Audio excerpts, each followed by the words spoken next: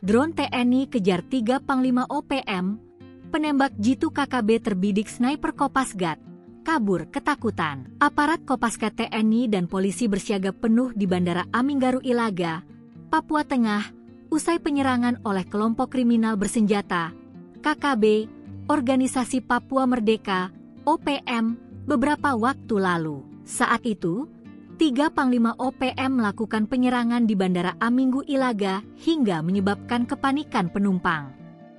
Naas, beberapa detik setelah melepaskan tembakan, 3 Panglima OPM itu kepergok drone TNI yang langsung melakukan pengejaran. Dikutip dari Kompas.com, berdasarkan pemantauan udara melalui drone, terlihat ada 3 orang anggota OPM pimpinan Jeki Murib yang berada di sekitar landasan pacu Bandara Aminggaru. Mereka hendak berlari untuk bersembunyi setelah melakukan penembakan ke arah apron bandara.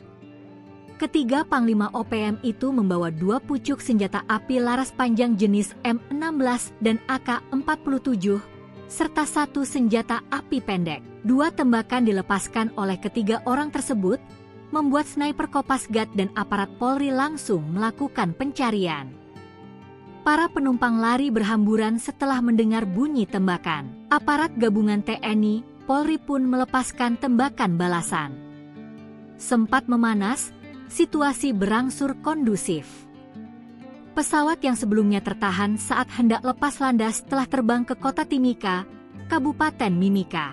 Satgas Operasi Damai Kartens dan TNI merespons cepat dan mengendalikan situasi.